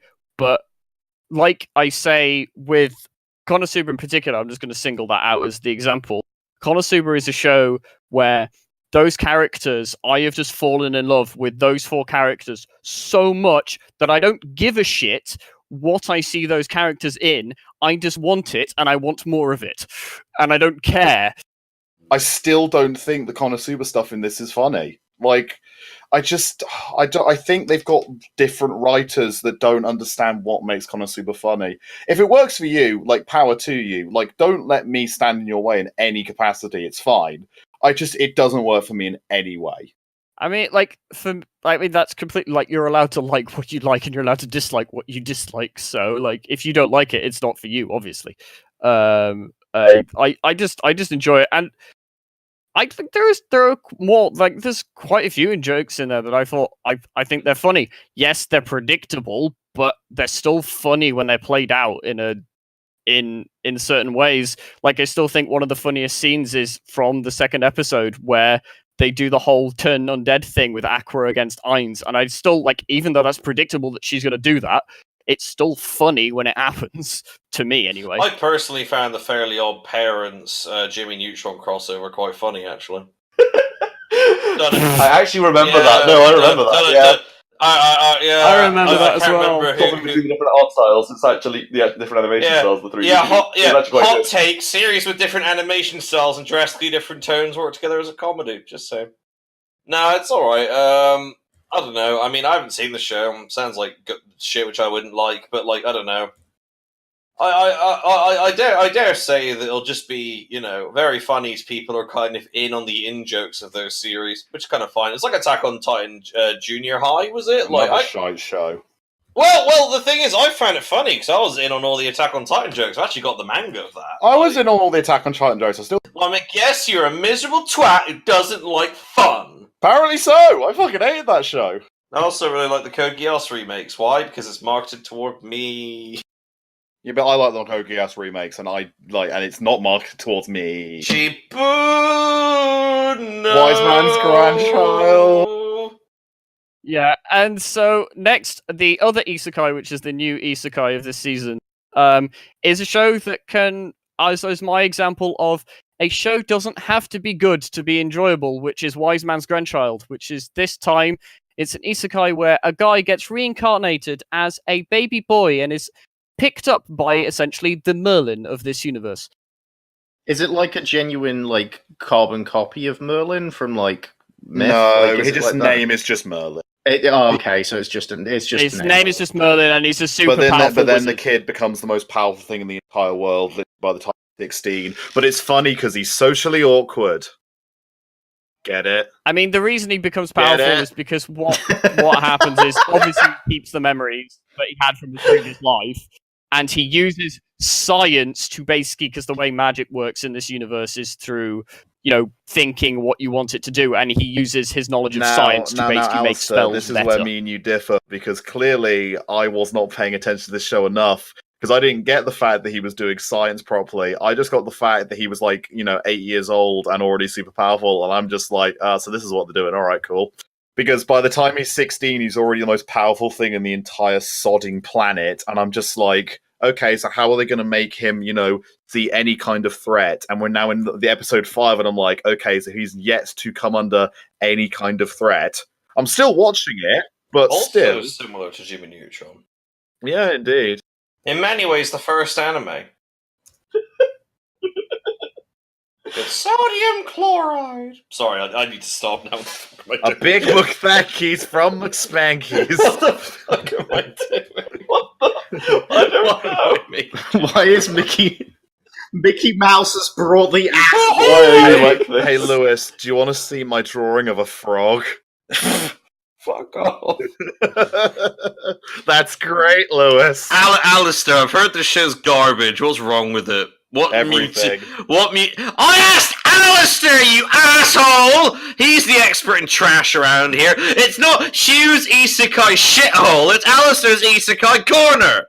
So, the thing is with this show is, like, those, like, this popular genre that has become the, like, overflowed genre called isekai. Do you know the genre that was the overflowed trash genre previously? The Magical High School show, right? Yeah. So this show uses both of those. Is there a harem? No. No, there isn't, which is the big twist of this show. 2 out of 3 ain't bad, everyone. Right, can we talk about the fact that we're celebrating a show for not having a harem, and I'm just sat there like, it's like celebrating a Scottish person for not being fat. It's like, congratulations, Fuck off! you got normality. I wasn't targeting that at you, mate. I want the only Scottish and fat person in the chat. Yeah, I'm really like... Mate, I just assume you're from Bristol. I forget you're from Scotland. That's kind of fair, actually. I've got no cultural identity left. Continue. But no, it's like, well done, you didn't do a harem, you got basic decency down. And I'm like, it's like celebrating, you know, a romance show for not doing NTR. It's like, well done, congratulations. Yeah, no, it is fairly obvious from pretty much the first episode that there is a love interest in this show, but it's obvious that they like each other, and it's just like a matter of time before that happens, and there's no like other outside like influence on that. It's not like he's got, you know, 5 girls to pick from. It's literally like he's interested in one girl, I like one the girl fact alone, and that that's it. it literally does like the whole Korean/Japanese like romantic comedy live action thing, where they look each other in the eyes, and you can see like and then they fell in love appearing on the screen, and you're like, okay, so it's this one, is it? Okay, cool.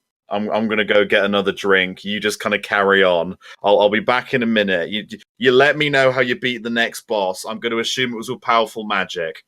But the thing is, I don't mind that they do that kind of thing, because if it means that they skip through the whole, like, you know, falling in love bit and get to the, like, actual, like, inner relationship bit in the actual show, I don't mind them doing that in the sense of, oh, it means we actually get to see a relationship that is actually, like, gone past the point of, oh, they're now, like, together, and we actually see the relationship develop from there, rather than the whole beginning that we've seen 100 times. It's alright, wise man's grandchild. You don't need to get the last word in. I'll just assume it was something OP. Ah! Oh dear. It's fine. It's a bit trashy. It has the occasional amusing moment. Has Isekai Quartet only had 2 episodes? No, it's had 4. Oh, right. Oh, it's got a dub. Yeah, also, interesting enough with the dub, even though the dub is being made by Funimation, they obviously got a deal from Crunchyroll, because Funimation owns the dubs for 3 of the 4 shows in Isekai Quartet, whereas Konosuba's dub is done by Crunchyroll. They still managed to get the entire dub cast from all 4 shows to be identical as the that's really cool. Original shows. So that's... And obviously the subs are the same. Also, interestingly enough, with Wise Man's Grandchild, which is the reason I started watching it, it is also another show that Funimation are same-day dubbing. As I've also said, like, they're getting a lot better at that, and I appreciate it. I don't watch it, but I appreciate it. And that's the end of Isekai Corner. Now, Ben, please talk about the show that Netflix is hiding from us, and we won't get for another, 6 months. What do you mean hidden from you? I watched it on the totally legal site Kiss Anime just the other day! So Netflix is hiding from us the latest show by Shinichiro Watanabe, the guy that did Cowboy Bebop and Samurai Champloo and Zankyo no Terror, all that good stuff. He is heavily influenced by music in a lot of his work, and this one is fully a music show. It's Carol and Tuesday, and Netflix have licensed it in Netflix Japan, and so we're going to have to wait until it's finished to get it in Netflix everywhere else. So Carol and Tuesday is set on Mars, where androids, pretty much AI, run the music industry at this point, because you can synthesize the perfect song in any voice you want. And AI run a lot of things, where to the point that bars, shops, restaurants are all automated, and you actually have to press a button to call over a waitress or an actual human to deal with, instead of getting an AI to do it for you. Just like IRL McDonald's. Yeah, just like IRL McDonald's, actually. And it's it's a look at the way that the future is. And it's a show about two girls that simply want to make music and bump into each other from doing so. And that's where their journey starts. However, this show does a lot of things right. It sets the tone, it builds up a great atmosphere, and the show as a whole is just impressive by all standards. Like, it makes a lot of jokes and references to modern things that happen, and some that you wouldn't expect. Like, at one point, there's the half-shredded Banksy painting on someone's wall that they reference as, why would someone have a half-destroyed painting? There's a reference to Justin Bieber. Yeah, there's contemporary references to Michael Jackson, Daft Punk, Justin Bieber, Cyndi Lauper, like... There's also a reference to the cult that did the sarin attacks in the Tokyo Metro, which was the strangest reference I found in the whole thing. Lots of references, both Western and Eastern. But there's even one in the title. There is. And it all derives from Watanabe's interest in music, and most especially Western music. And this shows especially in the music scenes in the show, where they have full English voice actors doing the songs, and all of the songs are in English. I'm sure that doesn't sound jarring. No, it sounds fantastic. And when I was watching the show for the first time, I was enjoying it. I went into it expecting something good because it's Watanabe, and then from the moment the first piano note was played, and from the humming of the first melody, I had a moment of goosebumps as suddenly I was like, "Holy shit!" Because I know that music can influence people a lot, and this was the moment where music suddenly hit something, like it hit a chord in some way. And then there's a beautiful scene. It was funny because it sees. In which the two girls first meet up and first begin playing, and it plays out so nicely as they start jamming together for the first time. You can see they're out of tune with each other, they're not in sync, and then slowly it all comes together into this beautiful moment where they sing a chorus to a song. And that was the moment that I just sat there and was like, wow, this show has something special.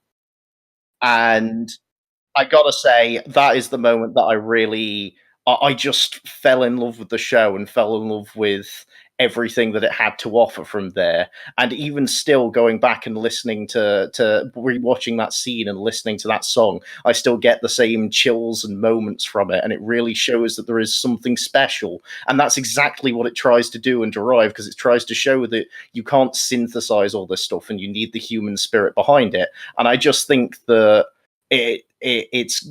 it just does such a great job of world building and has interesting characters that are unique, and just does such a great job at the stuff. And it's just a shame that it's stuck behind this wall of Netflix keeping it to Japan, that I feel so many fewer people than could get to watch and appreciate this will not get to watch and appreciate it, because there is no proper way to do it. And by the time that's happened, it's already over in Japan, and who knows how many will miss it when it actually gets released properly elsewhere.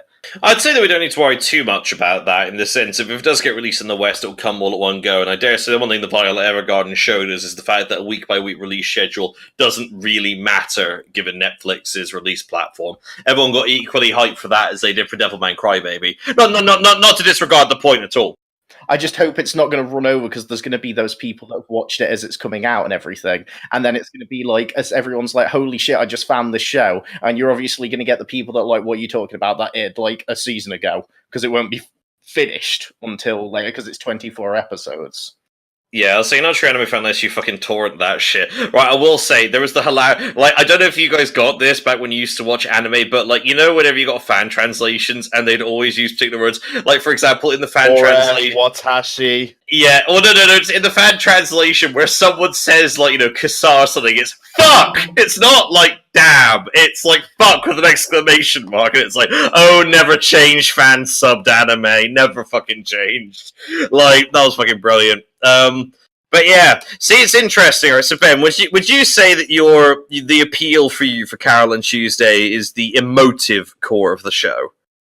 I'd say it's the characters, the emotive core of the show, the setting, all of it just builds together into this full world for me to see. And I also love the fact that they use Woolongs, which makes me like to think it's a precursor to Cowboy Bebop. I thought that when I saw Woolongs. Right, I'll say, be careful here. Because the characters and the emotion is what everyone's falling in love with, right? Now, Hugh, you actually mentioned a few days ago that you do not give a fuck that it is set on Mars, right? That it would clutter the story, right? Yeah, I read the synopsis and it was about two girls playing music, but then I read that it was on Mars and I was like, no, I'm alright. I'm legit not gonna lie. I don't give a fuck about the characters. They're stereotypical tropes. You can tell them from one screenshot. Also, Carol's definitely dying at some point. I'm calling it. Well, to be fair, didn't we have this conversation yesterday? Yeah, we did have it. We did have it yesterday. Basically, where Hugh correctly predicted the character's nature just by a screenshot. The point that I want to make is the fact that I really like Carol and Tuesday. It's probably going to get a 10. You played Japan's favorite game show, Guess the Personalities. I absolutely played Japan's favorite game show. Guess the Episode 2. We're not doing it. There's only 2 of them. Yeah, so Hugh got it completely correct, by the way, though. And I've begun to call the plot a bit, but the thing which I really like about Cal and Tuesday is not the characters, because they can fuck off. Instead, what I really like about Cal and Tuesday is the setting, because the setting of the future of Mars is really important. And the thing which I really like about it, mainly, is that it's nice to see someone who gives a shit. Ben, do you remember the early scene where Tuesday gets a train and she comes out into whatever the name of the city is? Yes, she comes out and she pushes it. She looks over the whole thing. I paused it and I read the train board. I'm not kidding. And I read it every single one because I wanted to see, alright, did they care enough to give everywhere a name? Everywhere has got a nice little Greek name going with the Mars theme, nice Latinized Roman names. And then on the right, it said, expected, delayed due to magnetic storms, like, expected travel date this, contact this number, and it had a phone number. And I'm like, okay, someone gives a shit, right? That was the moment where I was like, okay, someone clearly gives enough of a shit about the show to add details, right? Okay. Then it had the Banksy paintings. It actually has actual Banksy paintings. It gives off a shit to have Banksy paintings, right? Then it uses English voice actors, right? And the thing is, Hugh, it's not jarring because they get Selenia, Ann, and Benny motherfucking Sings, you've never heard of, but he's a really good music writer, to do all the music, who is a Western guy. And it works really well.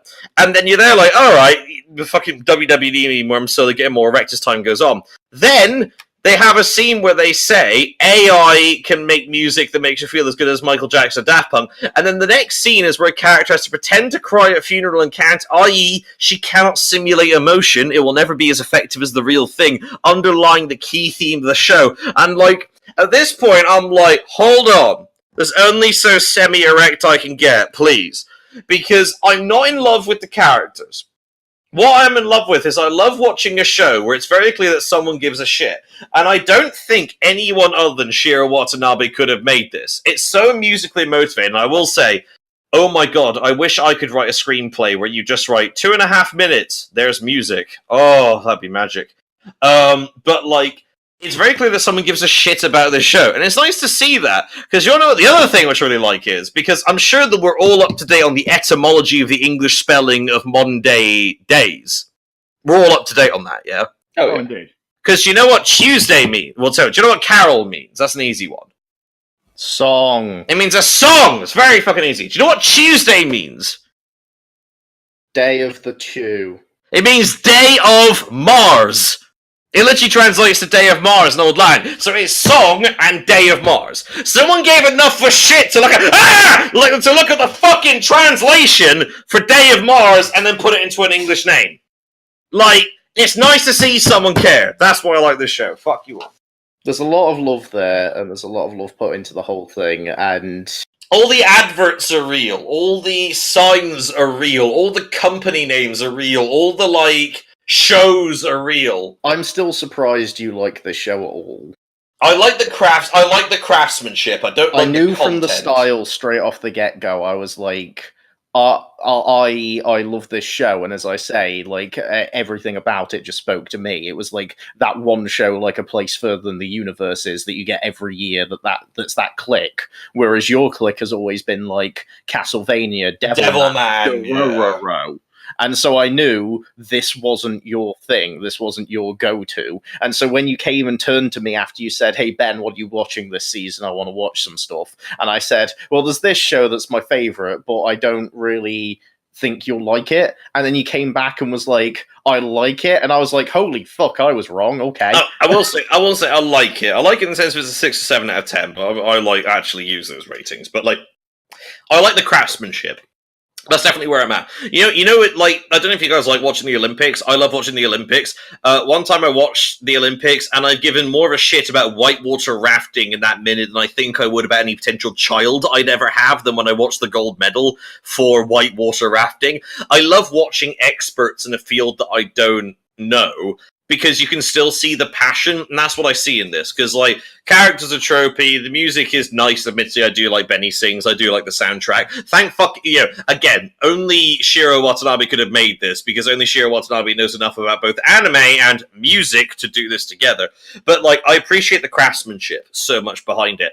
Everything is just loaded with details, and you can really see someone really giving a shit about the setup, payoff loop that you need to do in animation and anything in a story, basically. So, yeah, I recommend Carol and Tuesday. Right, I will say as well, I recommend its first episode, but the problem is the first episode's all set up, whereas, Hugh, we just previously discussed the fact that the characters are very tropey, right? Aye. Because they're so tropey, this series gets absolutely 0 points for innovation. Instead, it gets all its points for execution, which means if you want to watch it, I'd recommend you watch till the second episode, because the first episode's set up, the second episode is execution. If you appreciate the execution, then continue watching it. If not, there's not for you.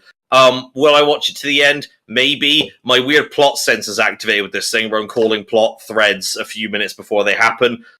Carol's dying. And one of them is anyway, but I reckon Carol. Just my plot threads are tingling. But yeah, I'd recommend Carol on Tuesday. It's no Dororo, but it's still good. See, I also recommend, however, disagree with everything Lewis says, and I think the first episode has more than enough hook and more than enough of that pull-in of, like, holy shit, with the music tie-in, and if you get that moment, you will get the chill down your spine, the goosebumps, the same sort of feeling, and then the show will just click with you, and that will be the music was good. I'll absolutely concede the music was good. Don't get me wrong. It's just, I've seen it before. It reminded me of this is a weird one. Like, when Made in Abyss, when you first see the Abyss, and you're like, wow, I've had that moment done for me now, which means it's like when they try and do it in shows like this, I'm like, yeah, sure, whatever, continue with your emotive moment. I don't care enough about these characters to emote about them. I have an issue with the fact that Tuesday in the first episode just turns around and goes, here's how I feel about your song and my motivations. I have an issue with that. Like, just show it. Don't tell us. Show, don't tell. But they wanted to get the first episode off the ground very quickly because, again, I think it's an execution-based show. Also, the DJ is fucking brilliant. I love that guy. He's my favorite character. The DJ is the prime example of douchebag rich music producer. Pretty much. I noticed the chat is silent about this. I don't know, man. Joe, what do you think about Carol on Tuesday? Well, I can't comment on it because I haven't actually seen any of it, but I personally love shows that put, like, actual proper effort into both the background and music stuff. That just goes great for me. Like, I can watch a perfectly bad show if I'm a huge fan of its soundtrack. Like, that is very easy for me. So I will probably really like this. I will say, despite the group's misgivings and the fact that everyone's gone quiet because no one's seen it, I do think that just about everyone here would like it for various reasons, Like, I've got my misgivings, but that's because I think it's generic. Like, it's the same with Your Lie in April. I thought Your Lie in April was very generic. Like, but, I can appreciate the craftsmanship, was my point with it. It's probably a show that I will watch when it comes out on Netflix. I can understand. I'll admit I'm a little bit looser when it comes to watching anime with whatever, purely because...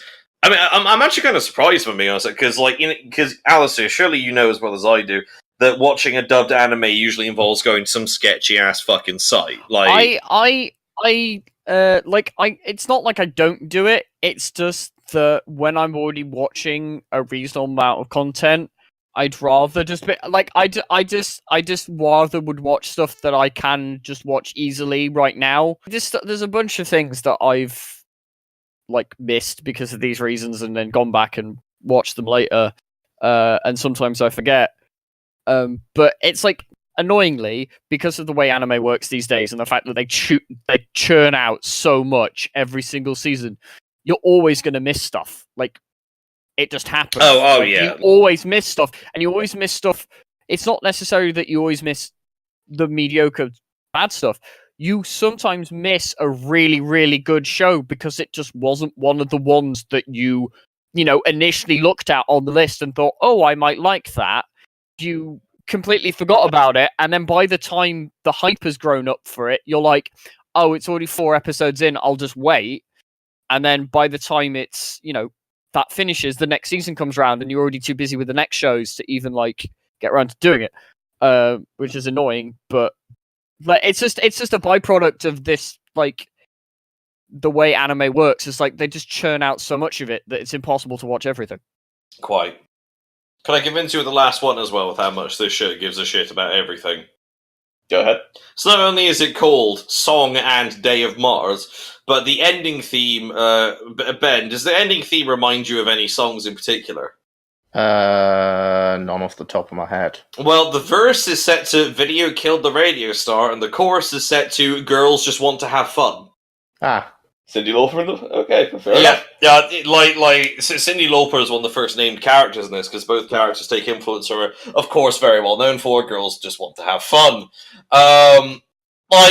This show really gives a shit. If you want to watch it for anything, I'd really recommend you watch it. Like, the first episode is named True Colors, after one of Cyndi Lauper's hits. Every episode is named after a song, and it shows the intermission scene shows the record with that song and who wrote it on. Yeah, it's got the EP as the transition screens, and it also shares the Trainspotting 1960s-esque EP font. Like, this show gives a shit. I'd recommend watching it if only to watch someone really go, like, hi, do you want to see this thing I made? I really like it. And you're there like, oh, you really do give a shit about this Watanabe-san. And it's like, yeah, look, I named the person after Mars, so you did, Watanabe-san. So you did.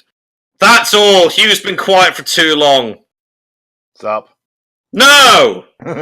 Other shows. Oh, I'm sorry I didn't talk about a show that I've literally not seen and don't plan to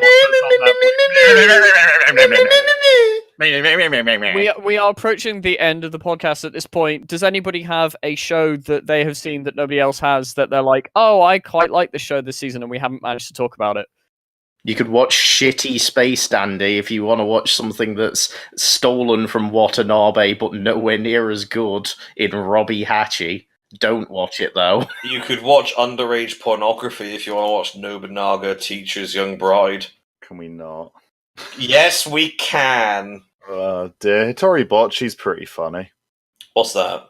It's just about a girl that gets told by her friend, I'm not going to be friends with you until you make more friends, because you're, just happy having one friend, so go make more friends. Man, I sure do like anime based on my experience in sick form. Yeah, pretty much. There's that new Fox girl one that people are fighting for some reason. Oh, God. Please no.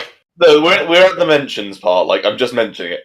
Oh, yeah, yeah. Joe, we're not annoyed at you. We're annoyed at the Fox lolly. Fuck's sake. I like Senko-san. I think it's fluffy and enjoyable. I also want to shoot it in the fucking head. Like, straight up, it's just like, this is the cute and enjoyable show. The guy making this / writing this is clearly alone, single, desperately wants a wife, and lives in a tiny one-bedroom apartment somewhere in Tokyo, just drawing about a fox that lives at home, does all the cleaning, does all the cooking, waits for you to get home, and then when you get home, spends her entire time making sure that you're quite literally pampered. And I'm sat there going, God, you yearn for the 50s, don't you? I'll say, this guy has never had a gimp, it must be said. My house has never been tidier, must be said. God, it's just mad. No thanks. And just as my honourable mention, as a show that I will mention here because it's impossible to put into any season because its release schedule is ridiculously weird, the second season of the remake of Space Battleship Yamato has finished. Did they finally refill the cyanide gas? Did they destroy Space Australia again? Oh God, Space Australia. Space Australia died? Yeah. Oh God, it's the side of Australia! I mean, is that an elaborate reference to Dragon Ball Z Abridged, or was Dragon Ball Z Abridged an elaborate reference to that? I don't know, who cares? I think Dragon Ball. I think they're by coincidence. There's a bit in Space Battleship Yamato where they blow up a landmass that they explicitly say is the size of Australia. Space Australia. Consequently, it's Space Australia. Space Australia. Midnight. I don't know if any of you guys saw it. Midnight Occult Civil Servants is okay. I've never watched it. Yeah, I watched the first episode. Actually, it's kind of fun. In a it's like if what's the name of the fucking show with the girl who's got the skeleton antler dude for a boyfriend?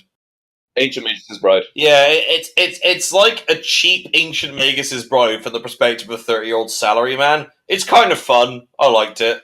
Bungo Stray Dogs Season 3 isn't as good as Bungo Stray Dogs Season 1 and 2 because it forgets that Dazai's not as interesting as it thinks it is. Yeah, but it's still good because it's more Bungo Stray Dogs. Yeah. I've watched the first season of Bungo Stray Dogs now, Ben. I was Good. Yeah, I liked it. I think it thinks it's more clever than it is, Yeah, but I liked 100%. it. Welcome to Season 3, buddy. You know Dazai, the guy that just wants to die constantly. Yeah, that guy, yeah. Yeah, they've decided that he's interesting enough to prop up an entire first half of the next season, and I'm sat there going, he really isn't. They were guilty of doing that in the first season as well. Anything else? And finally, for those of you who are secretly harem show lovers, this season's harem show is We Never Learn. I mean, every harem show is They Never Learnt. Alastair, this season's harem show is Baki the Grappler, Part 2. I also watched the first season of Back to the Grappler. They ran out of money. I hope they got more for the second They season. did not get more. Like, you can really see where the budget is draining just from the first 2 episodes of Part 2. Oh, shit. They got like 8 episodes before they ran out of money. So, Alastair, who's your favourite girl from We Never Learn, and why is it the tiny physicist? Oh, I think you already know the answer to that. Is it the tiny physicist? No. Then you're wrong. Spider Girl. I'm sorry, Hugh, have you not learned enough from me over the past, I'm month? distinctly aware it's the teacher, mate. I mean, the pink-haired teacher that's literally been in it for 2 minutes. I can understand why you'd like her. Well, because she's older. And Hugh, get your fetishes out of here. Oh, I'm sorry. I'm sorry that I don't like teachers. And on that note, get lost. No, not like that. Other people might have anime suggestions. You can't Charlie Brooker this. No, you're not good enough. Man. Bit harsh.